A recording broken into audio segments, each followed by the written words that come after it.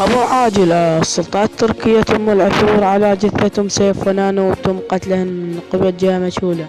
السلطات التركية أكدت تم العثور على جثة في الساعة 6 صباحا، وحتى الآن جاري تحليل الجثة.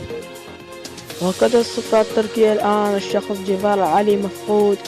شاركوا الخبر الشرطة التركية. السلام عليكم شباب، شلونكم؟ إن شاء الله زينين. شباب كلكم تدرون بخبر مالم سيف، وهاي الشرطة التركية تنشر بهالخبر مواقع المزيفة. هالخبر كله كذب، هالخبر مالم سيف كله كذب، ومال عثور على جثتين كله كذب، وحد الآن ما حد يدري بيهن وين ما وين. وخلوا لكم المقطع وهو أثر. قضينا أيام كتير حلوة على اليوتيوب مع بعض.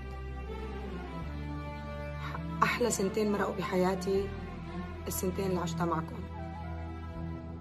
وهلأ اجى الوقت اللي صار لازم فيه إني أترك اليوتيوب. أنا ما عاد أنزل أي فيديو على اليوتيوب، بس حابة إني لكم شغلة.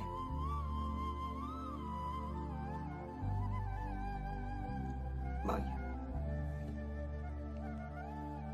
ومثل ما شفتوا المقطع، وهاي حركة الإيد يعني معناها تريد مساعدة. حاليا هي مهددة من قبل شخص مجهول، ونقول حسبي الله ونعم الوكيل. ولحد الآن ما حد يدري سيف وين، هي واختها نانو ولا جفار العلي. ولهنا وصلت لنهاية الفيديو، بعد ما أقدر أكمل.